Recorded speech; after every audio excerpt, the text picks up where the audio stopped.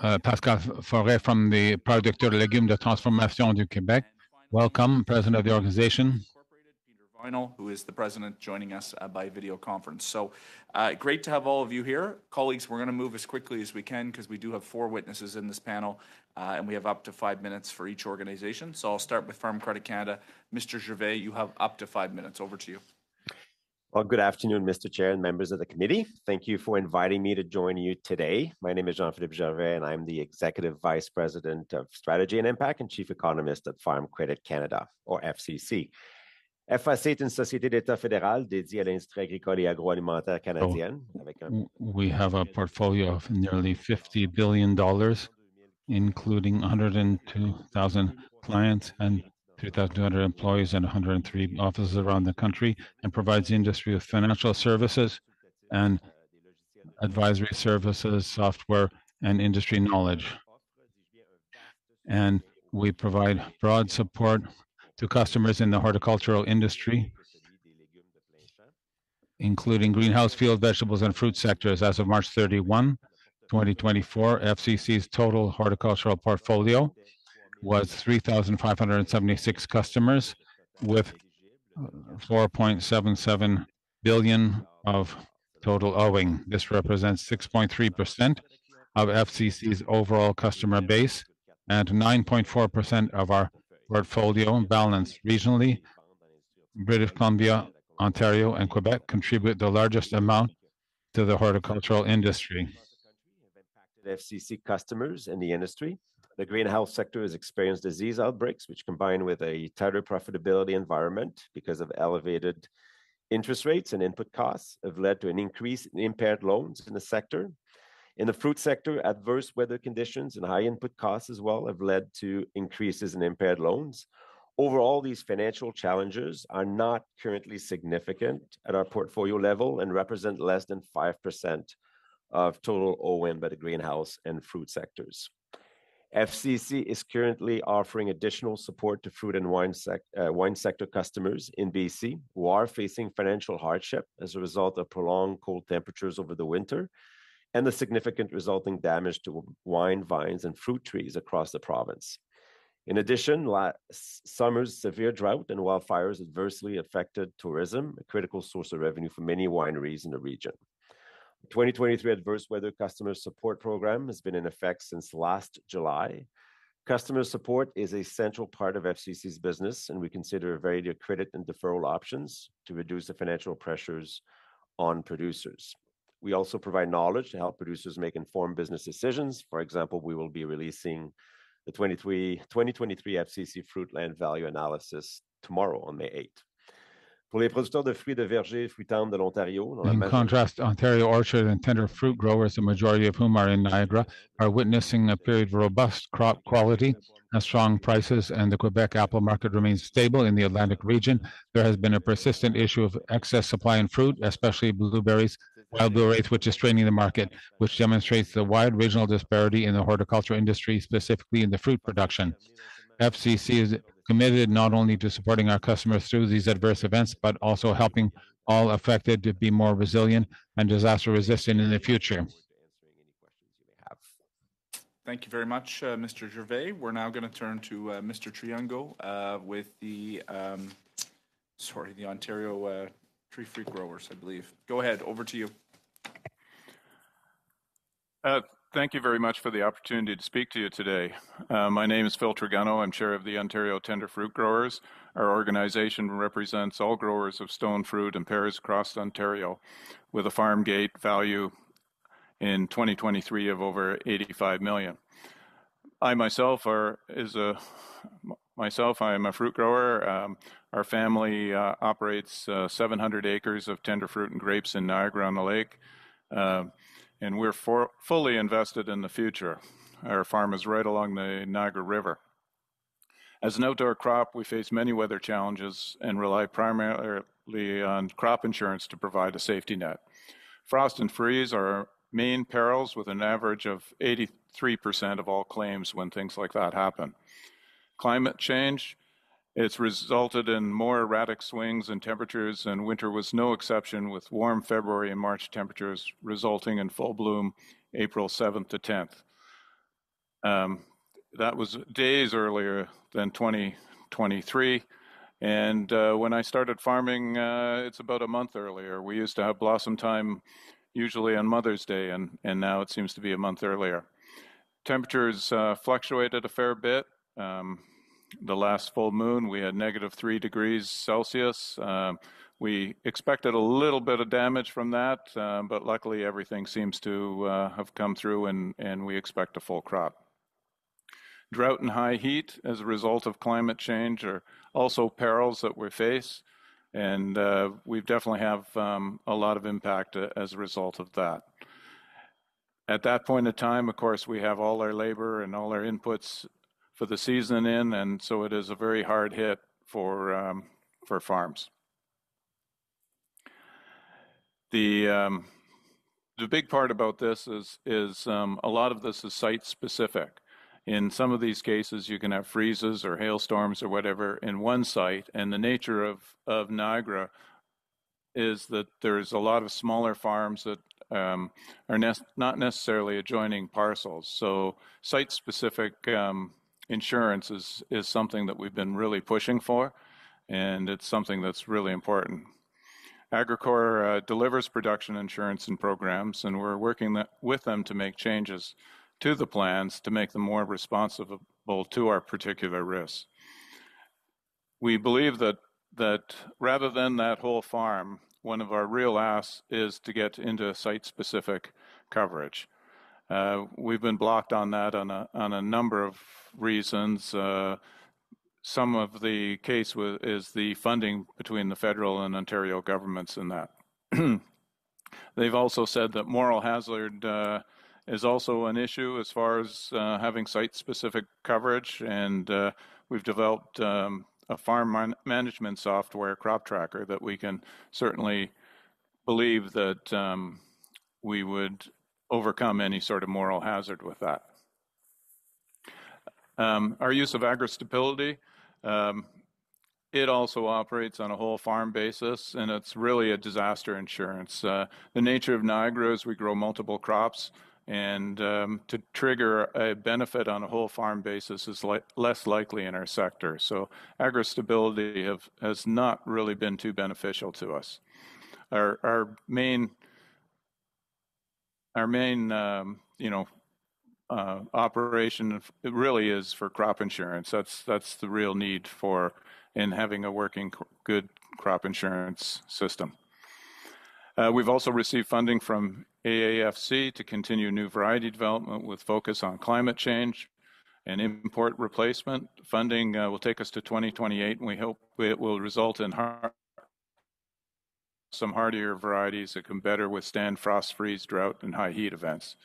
The funding also includes a life cycle analysis, carbon sequestration platform, investigation of potential best management practices, and reduce the on-farm greenhouse gas.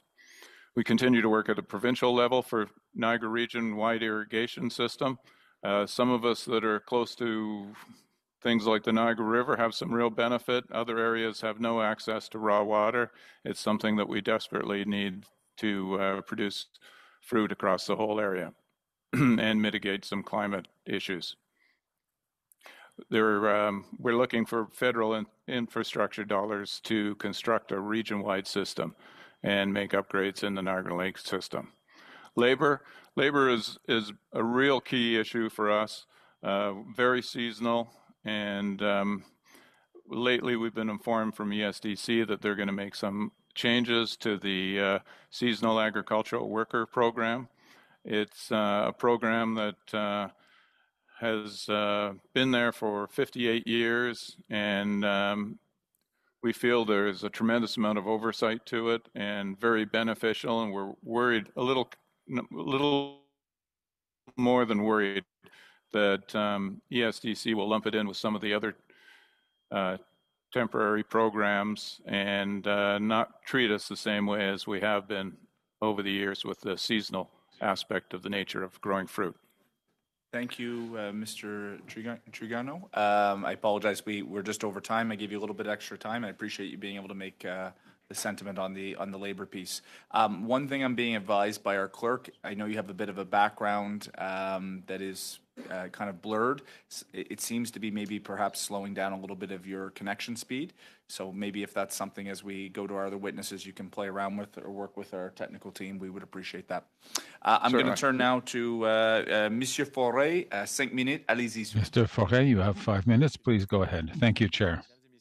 Ladies and gentlemen, members of Parliament, I thank you for giving me the time to listen to our concerns about the future of the horticultural sector. I'm Pascal Forêt, president of the APLTQ, and also a member of the Council of the Fruit and Vegetable Growers of Canada and a fifth-generation grower.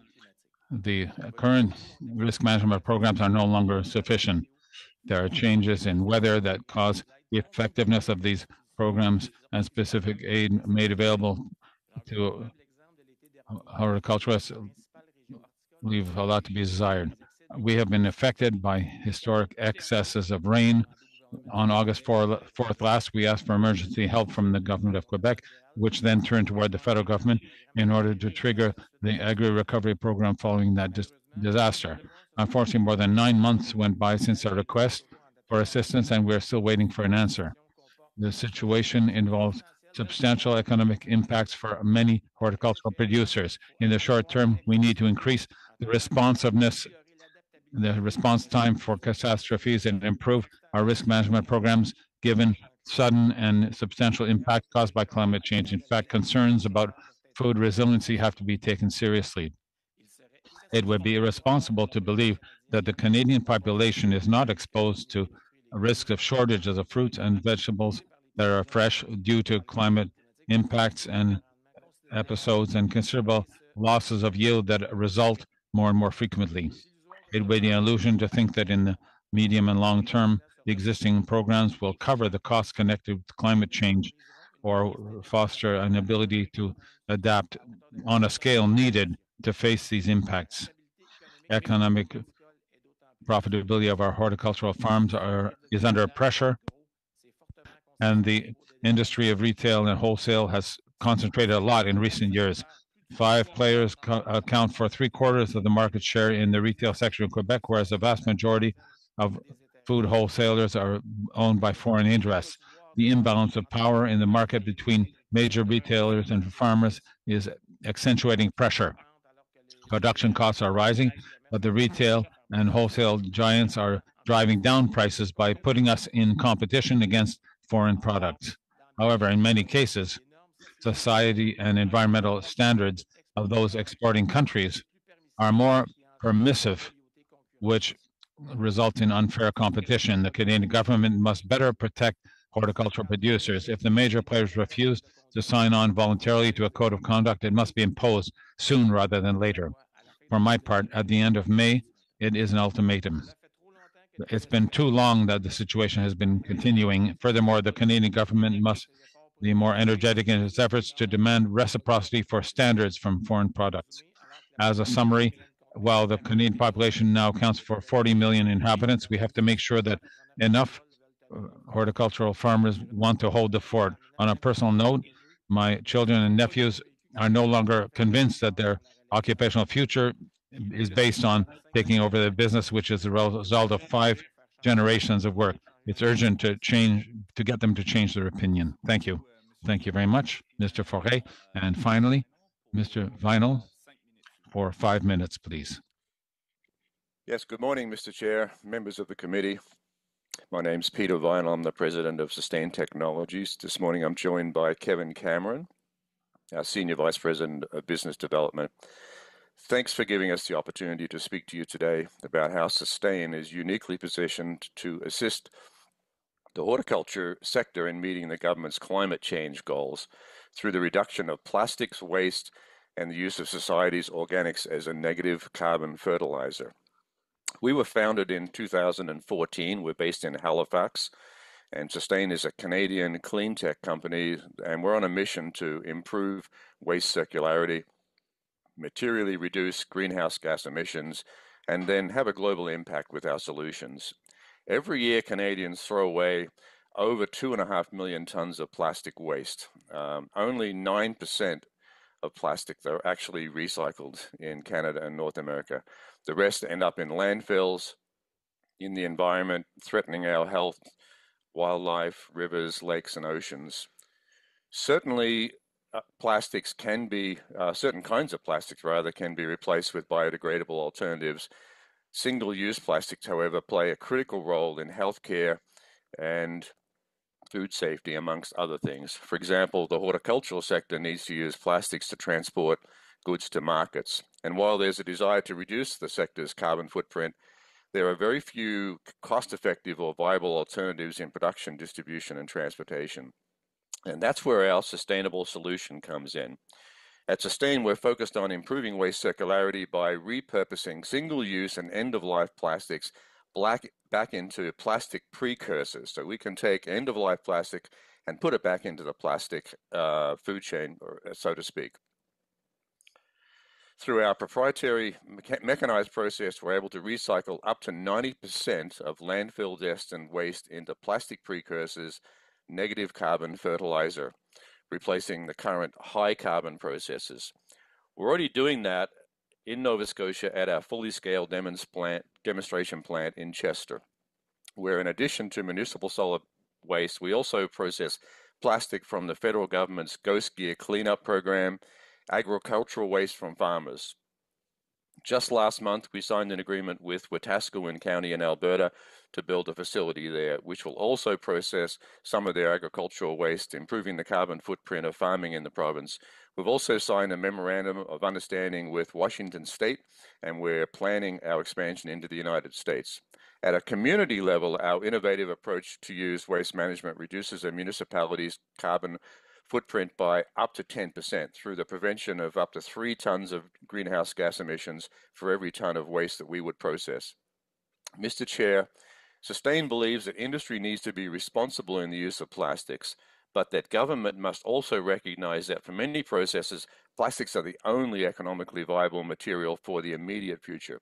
If the government truly wants to support our agriculture sector, it should be funding circular economy projects that can process horticultural waste and support extended producer responsibility programs to fight climate change. We should also be working to support the sector through the adoption of new technologies as they become available. Canada has the opportunity to lead on agricultural sustainability. By investing in solutions that promote waste circularity, Canada can not only achieve its climate goals without punitive measures on industry, but it can help bring a mature, made-in-Canada technology that's in high demand around the world. Thanks again for the opportunity for us to appear. More than happy to answer any questions you might have, and I hope you really have the opportunity to visit our Chester, Nova Scotia plant and see our cutting-edge technology in action. Thank you very much. Thank you very much, Mr. Vinyl. And yes, as the proud Member of Parliament for King Sance, I invite any Canadian and all committee members to come to Nova Scotia and come see our beautiful province, whether Sustain Technologies or otherwise. With that, we're going to turn it over to questions. Mr. Epp, welcome to the committee. Great to have you back. Over to you for 6 minutes. Thank you, Mr. Chair, and thank you to all the witnesses for excellent testimony. I'm going to start with Mr. Phil Trigono. Sir, what's a nectarine and how long has the industry been growing them in Ontario?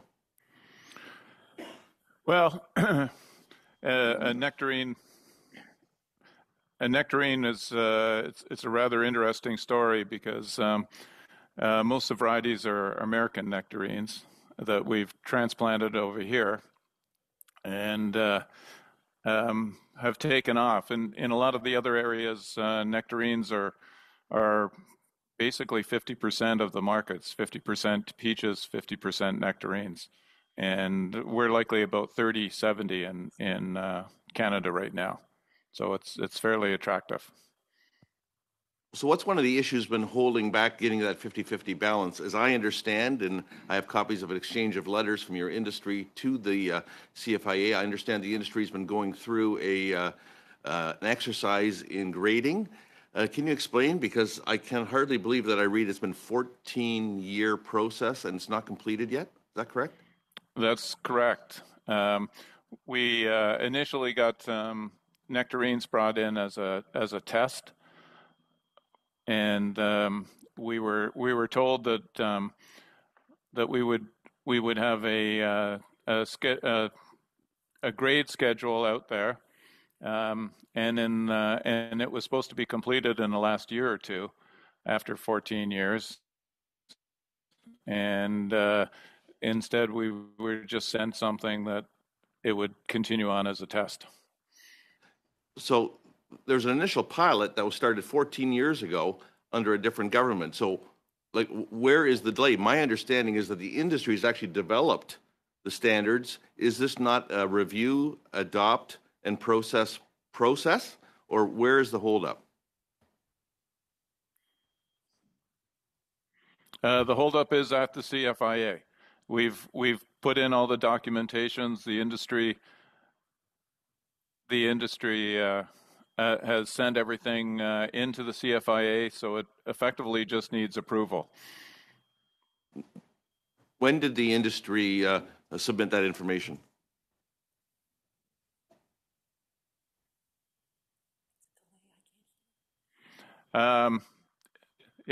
It's gone in, I would say, 4 or 5 years ago at least. And we were told it'd be completed by this year. What is the effect on the supply chain for this delay? Our retailers in that had great concern because they would not be able to advertise it as Canada #1 in the as far as the grade is concerned. So we would have had to, even though all our cartons and containers are printed ahead of time, we would have had to somehow or other redo all those cartons and containers. So we wouldn't be able to have it labeled as Canada #1. Is this a food safety issue? Absolutely not. It's a grading issue. So it's, things like sizing or marks or something like that. It's straight, it's basically to get something across someone's desk and get it accomplished. Has there been any viable reason given why it's taken 4 years since the department has had all the information? No, other than it's a Safe Food for Canada Act that they're working on. So, thank you. I'm going to turn my attention to a colleague of mine from 30 years ago, Monsieur Forêt. Je ne parle pas français, mais je prends français avec Mr. Forêt, I don't speak French, but I'm learning it. So, working on it. You listed a number of issues facing the horticultural industry. When you interact with the retailers and their choices to bring in imported produce versus Canadian produce, be it on the fresh or on the processed, I know our intersection was on the process side. Presently, you're here more in the fresh capacity. What is the reaction of additional plastics burden costs, carbon tax issues that the farmers face and the producers face? How is that taken into account by the retailers? Évidemment, pour ma part, je pourrais Of course, for my part, I cannot answer Canada-wide because for fresh vegetables, I can only speak about the United States. So, of course, the pressure that is placed on producers will not reduce the production costs. Of course, everything that is added drives up the cost. And then after that, we're asked to provide a better price to bring it down for Canadians to pay less. Everything that's added on, if my competitor is importing them here, if they don't have the same requirements, then obviously we lose ground every time. You and I intersected. I'm going to take a little license here. We both grew for the same processor. I grew green beans in Ontario. You grew them in Quebec for the same multinational processor. Competing with green beans from New York, from Minnesota. We had many, many discussions about this. Again, does that same dynamic apply in the process side that you just articulated in the fresh side? In 20 seconds, unfortunately. Okay. C'est certain que Well, of course, this competition, if we don't have the same regulations, then clearly we're going to be at a disadvantage. Absolutely. That's my 20 seconds. Very young, 30 years ago. Merci beaucoup, Monsieur Rep, Monsieur Forêt. Thank you, Ms. Rep and Mr. Forêt. Now, Mr. Drouin, you have 6 minutes, if you please. Go ahead. Thank you very much, Chair. Just quickly, Mr. Treguno, you've just your exchange with Mr. Epp. I'd be happy to follow up on your behalf if we can get in touch after this committee with regards to the issue you've raised, and be happy to be helpful for you. Ma première question serait dirigée vers. My first question is for Mr. Gervais. Quite simply, I'm trying to get an understanding of whether you've noticed within your institution, in spite of all the challenges that the agricultural sector has faced, whether it be climate change and so on. I won't list them all, but there are a number of them. I would just like to know whether you've noticed a specific trend in terms of loans and how FCC AC has dealt with situations that are not necessarily predictable, such as the weather. Well, to answer your question in terms of the situation for us, the key is the proactive approach with the farms we deal with or the businesses we deal with. Of course, we're familiar with the challenges and climate change and all the production challenges resulting. So the main thing is to be proactive initially. The same thing with other challenges with high interest rates. We were proactive when we saw interest rates going up. We worked with customers to see what were the most appropriate solutions for their businesses. And the challenge is really to try to deal with the specific situation of each business, because not everyone is at the same degree of transition, volume, and growth, and so on. So there are a number of different components to be taken into account, but the main aspect that we see when we establish assistance programs for these clients based on challenges related to production. There's one we've just launched for producers in BC, and there's one that existed for 1 year, not only for horticultural producers, but for the entire chain, different production sectors in connection with drought and extreme heat that we saw in 2023. So I think that the approach is individualistic and also proactive to try to get as much assistance as we can with the clients and get the most interesting solutions. And I'd like to say that now if we look forward, we try to help producers or assist the businesses in implementing the management practices or production practices to improve their resiliency facing climate change. For example, we have a financial incentive program where we work with partners. We don't do it all alone, but in partnership.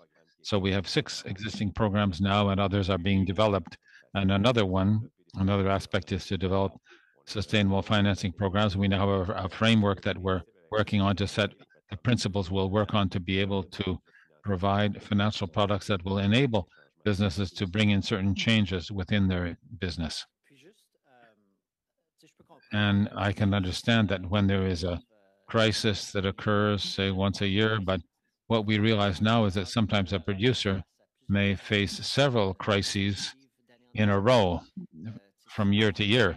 And if there's a cash flow problem, then it becomes a heavy burden for farmers who are unfortunately facing these crises. So how do you work with them when these are consecutive crises that occur that they have to deal with, where the whole range of programs has never been, how should I say it, the architecture of these programs was never designed according to crises that disrupt things year after year with uncontrollable variables. I think that you've expressed it very clearly. I think the main challenge is when you add several factors together, where there's consecutive aspects, even the same kind of issue with unexpected production variations or a variation in production related to climate conditions that is unfavorable, in addition to an increase in the interest rate. So usually in the sector, based on what I've seen over the years, that one crisis or one incident, the businesses are generally well equipped to be able to get through a period like that. It's when there are several incidents, then I think it makes it more complicated, the whole business environment for farm businesses in the entire range, including horticultural sector, given the major challenges in recent years. But I think the approach now is to be able to get solutions in the longer term. And the advantage, if you will, for a business such as ours is it's the only agricultural sector for us in FCC to do it on an ongoing basis. So there is a commitment, so to speak, on a durable basis. So if we can have a longer term view to be able to, sure, we've seen, and I mentioned this in the opening remarks, there can be an increase in loans in difficult conditions, but at the same time, we know that in the course of time, we'll be able to deal with those loans and help those businesses to perform well and deal with the production and financial practices. Thank you. Mr. Foray, I know that you made a presentation when you were talking with your producers with risk management programs. I think you talked about the reasons why they don't necessarily respond to the situations they deal with. So what suggestions can you give us on that? Of course, thank you for the question. Of course, the speed with which the programs intervene will make a big difference. Of course, last year that we've gone through, we're starting our season now, and we have no assistance, no compensation, which ought to have come through because we planned on this and we did the work we needed to, but it just takes too long.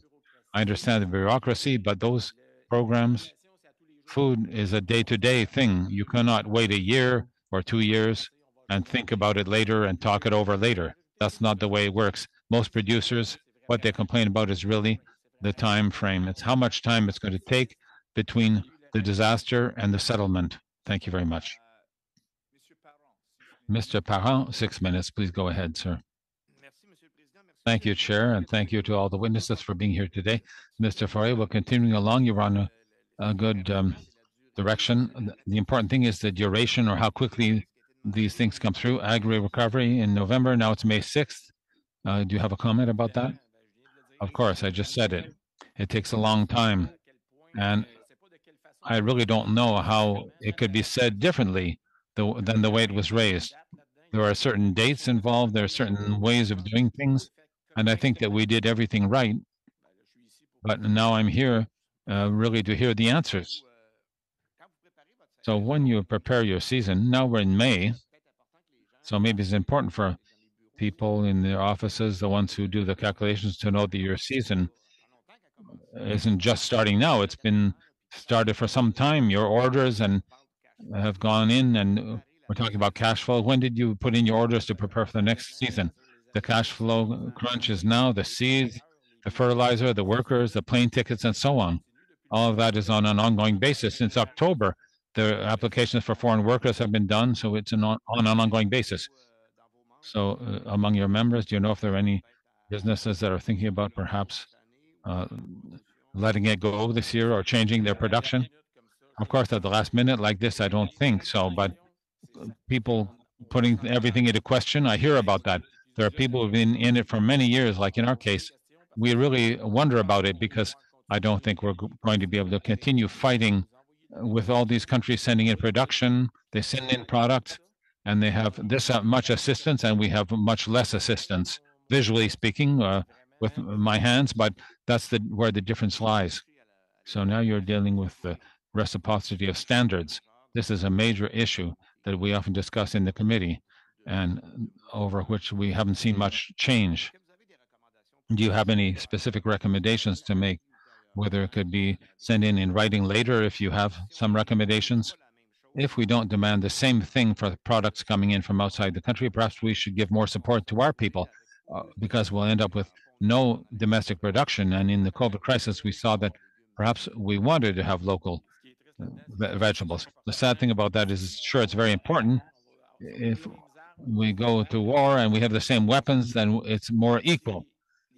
But if the products that we no longer have access to, we're no longer entitled to use that, but the competitors are allowed to use them, well, then the answer is simple. We won't be able to fight. It's quite clear. So it really requires speed. And the work is being done well. We're reviewing our products, but it takes 5 years. So at the end of 5 years, well, we have a similar phenomenon when it comes to certifying products. I think you remember there was a recent example where we had a major issue, and we ended up in a situation where a foreign product was coming in that was using the same molecule, whereas here we were not allowed to use that molecule. So we're talking about speed. That's one of your recommendations. And the previous witnesses talked about the need for something speedier than agri recovery, some sort of agri catastrophe or agri disaster that could release funds quickly. Do you have an answer on that? I've heard those comments from colleagues, and I agree with them in the sense that it's just like having a disaster in a house. You don't want to wait 2 years before you rebuild. You want to get started and keep on going. Agriculture is continually moving forward. You end one season and then soon you start the next season. So the speedier, the better. As regards the problems related to interest rates, which have increased the costs a lot, you have to realize that agriculture is a field that requires a lot of investment in order to get a return. It's $8 invested for $1 of return. Can you talk to us a bit about that? Maybe there's something the governments could do. I know that farmers in Quebec are highly mobilized right now on that and with the Quebec government, but part of the portfolio is from the federal government. What can the federal do? I think that the demands on the federal, we need protection against interest rates and cap them at a certain level in order to be able at least to get through the time period when interest rates until they come down again at the short to medium term. It would help us out in order to make a bridge between the two. You talked about the code of conduct in your statement as well, and some bargaining clout.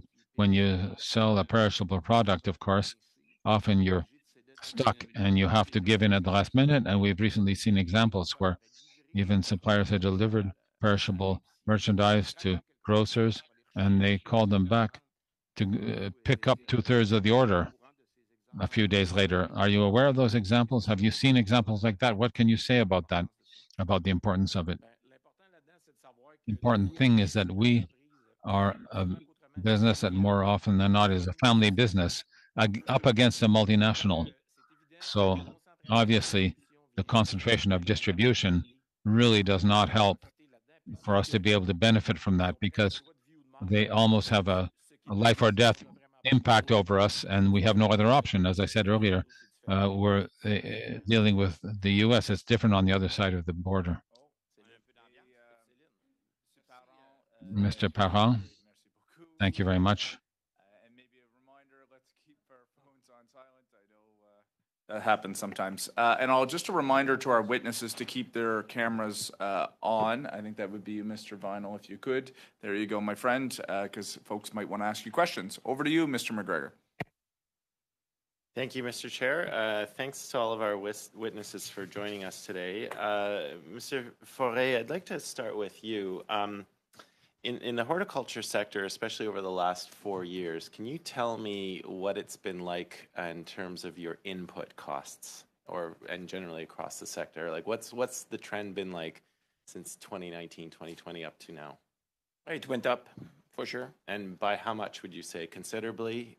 Considerably. Far more than you've ever seen in your career? Of course. Okay. And did you know that during that same time, when you look at oil and gas costs, fertilizer costs, have you've been aware that the companies in those sectors have seen some of their best years like ever on record? Agree with you. So I think like we're seeing a story in Canada where at both ends of the food supply chain, the consumer and the primary producers are really getting the short end of the stick, while we have a lot of people in the middle, whether it's the people who supply the inputs, the people who control how food is retailed, are having some of their best years ever. And so when you see a situation that's developed in Canada, and this is not just over the last 8 years, I think this has been a development over 40 years through successive Liberal and Conservative governments. Like, from your perspective, like, how should the federal government intervene to try and swing the pendulum back so that it's fair both for people in your sector, but also for consumers at the other end? Je vais faire en français. C'est clair que Answer in French. Clearly, what would be interesting to see in there and to feel supported by the government, the first response, I would like to just live based on the market. I want to earn money from the market, not through subsidies or government assistance. That's a basic thing. Of course, my competitor receives assistance, so then I need assistance too. So we have to have a level playing field. It has to be fair play to be equal, the same weapons. So if there's competition, fine. If we're on an equal footing, we can fight on equal basis. That's clear for me.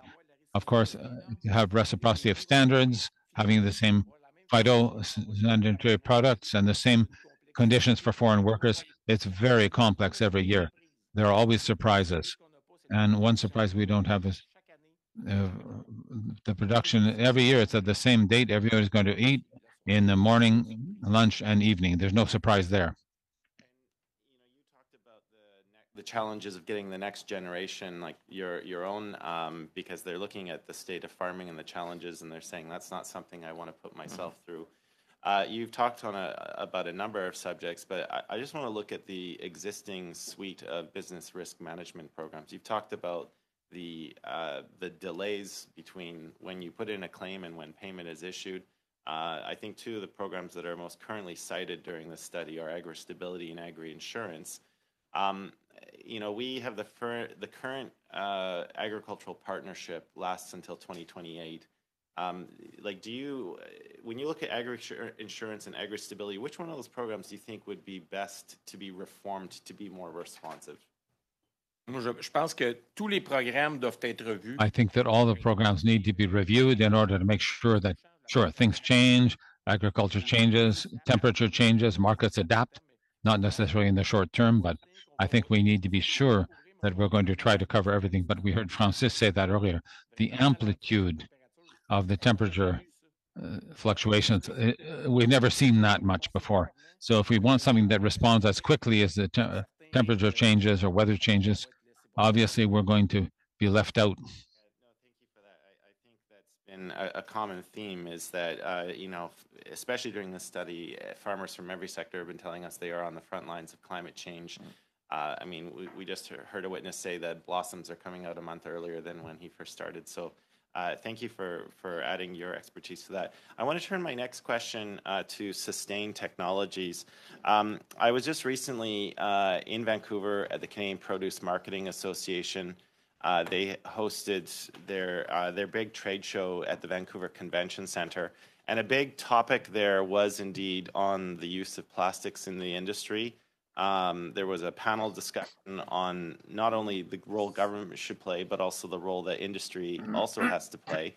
I represent a riding on a coastal environment, so microplastics is a very real concern of ours, given that it eventually ends up in the ocean, and there's significant concern about bioaccumulation, especially in the seafood that we consume on the coast.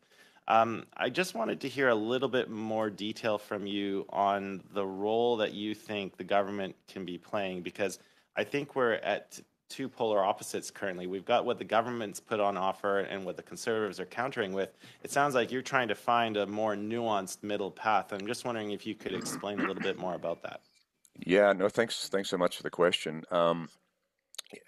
Plastic waste obviously is an issue that goes across all sectors, including agriculture, and we've got a solution that can help with that. We can take the least recyclable plastic that goes into a landfill,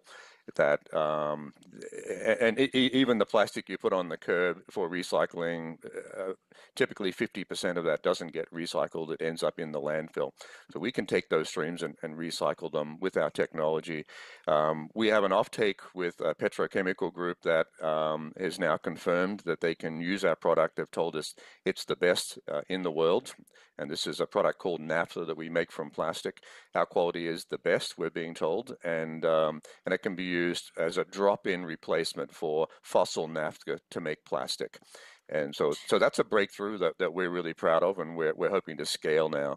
The other point I think I would make is that we hear about plastic in the ocean a lot, and that doesn't come from Canada. That comes from other countries. But in Canada, we freely export our waste plastic to other countries, and we call that recycling. So I think there's a role for government to put an end to that, frankly. Wish cycling, is a term that I hear a lot lately. We put it out on the curb. We think it's going to get recycled. Reality is a lot of it gets exported to other countries that don't have our standards for and controls. And I think that's a clear role for government to say enough of that. We have a made in Canada solution that can take these plastics in Canada, turn them back into feedstock, circularize plastic, and put an end to that. So that'd be my response. Thank you, Mr. McGregor. Thank you, Mr. Vinyl. Maintenant, Monsieur Lehoux pour 5 minutes, s'il vous plaît. And now, Mr. Lehoux, for 5 minutes, please. Thank you, Chair, and thank you to the witnesses for being here today. Mr. Forêt, I'd like to start with you. You made a brief presentation on the code of conduct. I understood that after May 31st, if there's no agreement, we have to come out with something and it ought to be mandatory. Are you confirming that today? Because I share your viewpoint, but I'd like to hear it from you. Well, I confirm that it is important, that it should really become something serious. In production, we're serious. It's important that we be taken seriously and respected. And I think what I said earlier, that the concentration of distribution results in those people being too powerful. So we will never be able to compete with family businesses, whether they're small, medium, or large-sized businesses against multinationals. It would take something that will give a framework with respect for both sides. So you agree with the viewpoint where they say that if all the major players don't get on board, then they ought to be forced to because everybody has to be on board? Absolutely. Thank you. And continuing along the same line, the whole question of foreign workers, you mentioned that earlier, and year after year, there are people in my region in the same situation. What changes should be made? Because we heard earlier, I don't remember from which witness who talked to us about a possible amendment to the foreign workers program that is in the works with the federal government right now. It doesn't seem to be done from a viewpoint of further improving. It might worsen the situation. What is your viewpoint on that? Should those timelines be shortened substantially? Honestly, 20 years ago, it took 6 weeks, and 20 years later, it takes 6 months. I think with the technology, we can do better than that, honestly. According to you, the major issue is the administrative burden of the system. It's a waste of time. 20 years ago, it was 6 weeks, and now the technology ought to bring it down to 3 months rather than a year. I think we're past the facts and the envelope. I think things should move faster than that. Quite frankly, today, it seems like it's desirable to have it long. I don't understand the principle because I don't really understand it. No, it's not to your education level. I'm discouraged by it too. Foreign workers, if I take my own case, the people I had 20 years ago, I still have some of those people working for us now. So there's absolutely nothing that has changed. It's all the same. It's copy and paste, but yet studies are being done that we know very well that are a waste of time, but the machine is running for that instead of doing something productive. Thank you. I think that's very clear. Thank you, Mr. Forêt. Reciprocity of standards. You mentioned several times, my colleagues raised that with you as well. But the Canadian Food Inspection Agency, in collaboration with Border Services, because we know that they must be brought in as well. What ought to be what should we do to improve that aspect? Because they have a role to play, the CFIA, and there's a role too in the red tape that is substantial in approving different products. But when those products arrive here, what can the CFIA do in collaboration with the border services to improve the situation? If we had the same standards already there, whether it's with the USA and ourselves, we could consider it almost as the same farming. We're growing the same vegetables with the same practices, not the same season, of course, but they're the same. So for part of the year, the Americans use our products, and part of the year, the Americans eat our products, and it's about 50-50. I don't know the exact ratio. But if we harmonize the regulations, that would help things. So there ought to be exchanges on a very substantial basis between both levels, whether it's for our American neighbors. We would need some talks soon because the border is 5,000 kilometers long, and a lot of products cross over, as you said, going in both directions. So there ought to be further effort from Agriculture Canada to contact them and try to go further into that approval process for some products that are being used on the other side but not used here. To facilitate it, those who do the certification of products, the companies that manufacture those products for plant protection, they should have the same label, whether it's in Canada or the USA. That's the problem. In your opinion, Mr. Forêt, the verifications that are done at customs, because we understand that they cannot verify every load, but according to what you see in the field, what you see going through, because you no doubt have some colleagues not far from the American border with products coming in, is there a sufficient frequency of checks of products entering Canada on that aspect of reciprocity? I'm not sure if I can answer your question. Of course, when You go across. In my case, when we have trucks going across to the USA, they verify it very seriously. I don't know how they do it on the way into Canada when there are American products or Mexican products entering. I have doubts about it, but I have no evidence of that. Thank you. Thank you very much. And now the honorable colleague from the PAC, 5 minutes, sir. Go to Mr. Vinyl, interesting company that you've developed. But I just wanted to, we're sitting around this table with a lot of growers, obviously, and there's one lowest common denominator, and that's climate change. And you do have some solutions for that. But I wanted to ask you, and I read some of your preamble, how small can you go as far as sectors or industries? I know you talk about communities and provinces like Nova Scotia and Alberta, etc. That's great, but sometimes provinces are slow to react, governments are slow to react, and I'm just wondering about industries or sectors, and has there been any discussions with, say, for example, the Canadian Federation of Agriculture or someone like that about technologies and what you're doing? Yeah, no, thanks for the question.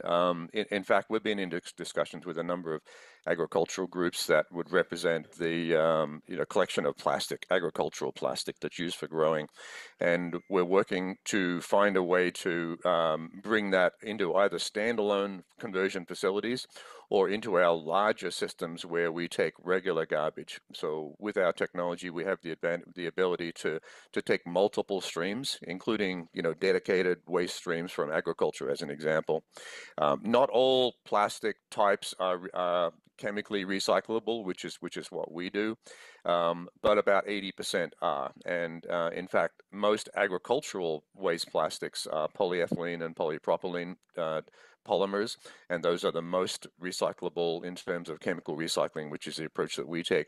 The physical form of these plastics often is the challenge for mechanical recycling. They're films, they're thin, they're all different sizes and shapes, and but with our process, we have the ability to shrink them down, compact them, and then put them into our depolymerization system to effectively 100% recycle them on an infinite basis. So unlike mechanical recycling, where you try to sort of melt the polymers and blend them, you only get 1 or 2 chances to do that. With chemical recycling, it's infinite. We can do this over and over again.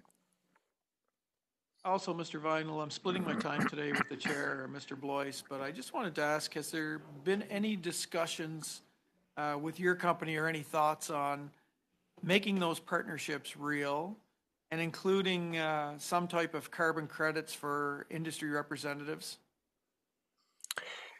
Yeah, so carbon is an interesting topic for us. When we started from the get-go, we said we need to design a solution that doesn't need an incentive like a subsidy from the government, a carbon subsidy or other subsidy.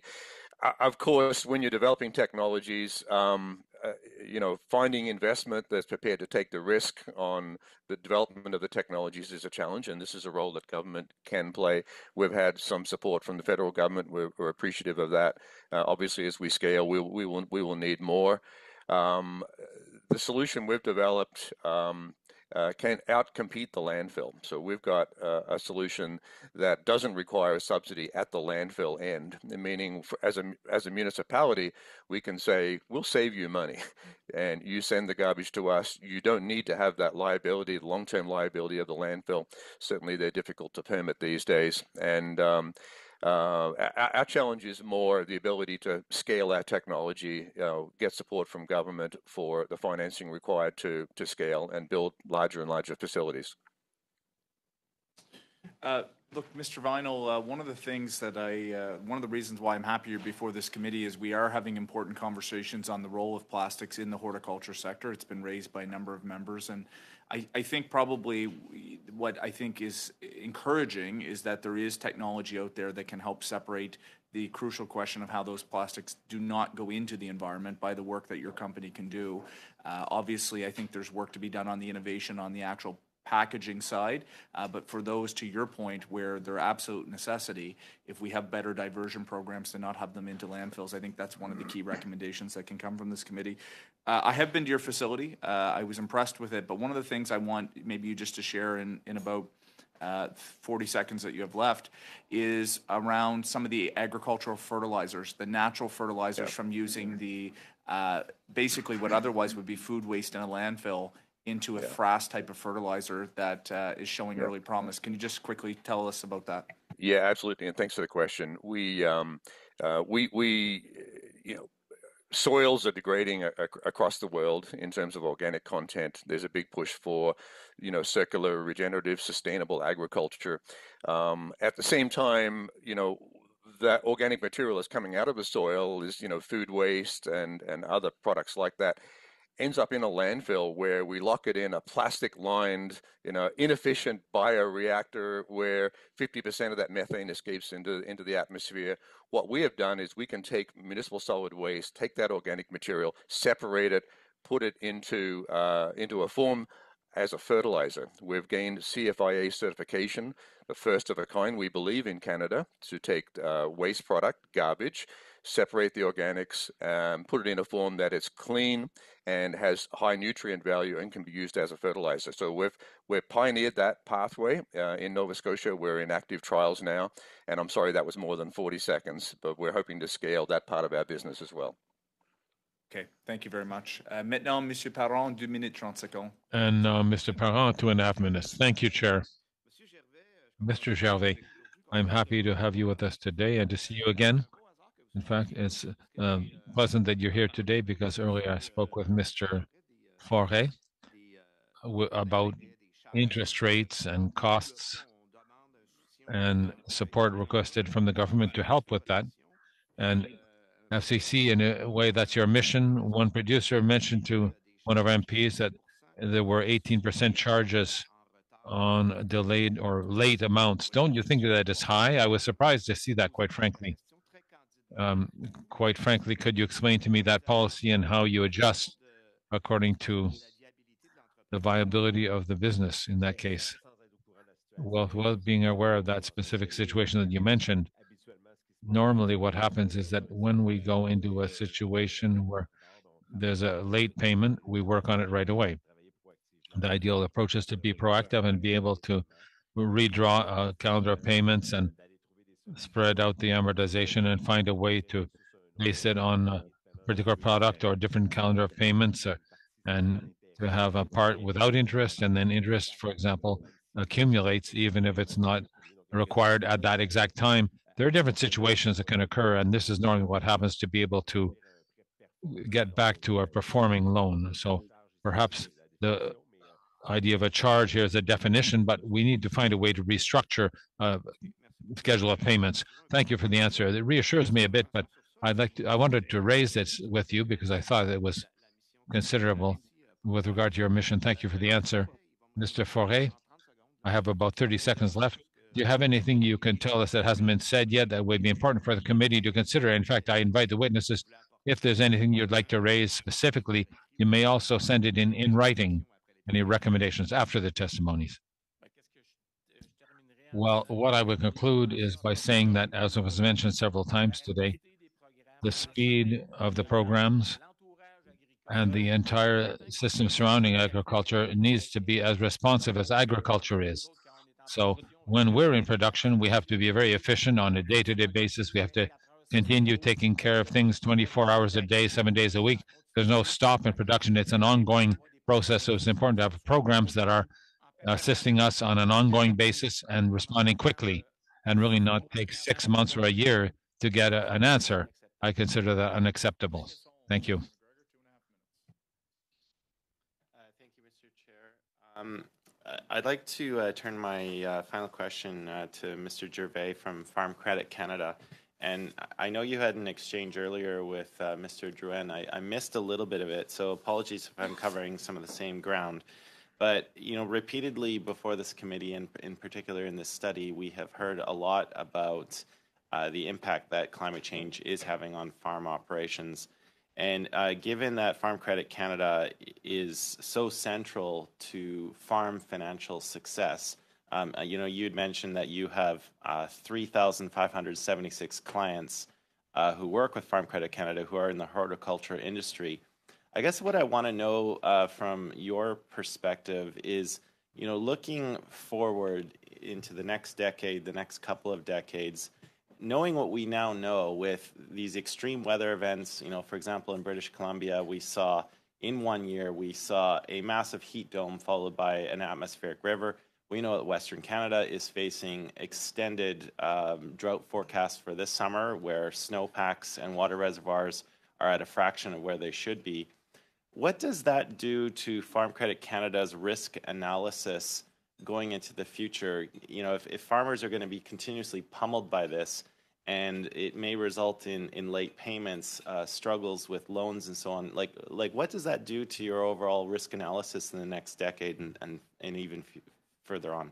Yeah, so thanks for the question. Taking a long-term perspective, what we're doing is we feel that we need to position and support our customers and the industry transition to a low carbon economy, because otherwise we're going to be exposed to way too much risk stemming from climate change. So we're starting right now in terms of putting incentives, in terms of adopting production practices that are going to lower the carbon footprint on the different operations. We offer software solutions that we think can also improve the carbon footprint on the farms. And we can also put together a sustainable finance framework that will allow operations to introduce new production practices, to introduce new technology again. So it is really a long-term challenge that we have in front of us. We must not forget that there's a food affordability challenge as well that we have in front of us in terms of feeding a growing Canadian population and the world, frankly, because the world needs more of Canadian ag. And so all of that together, I do think that by acting now, we can actually deal or manage the risks that we are going to face going forward. And so what we are doing in terms of risk analysis, without getting into the details too much, is just to promote or to assess the financial risks over a long period of time, right? So what we do, we call stress testing FCC's resiliency to be able to serve the industry, as well as testing the resiliency of the industry going forward.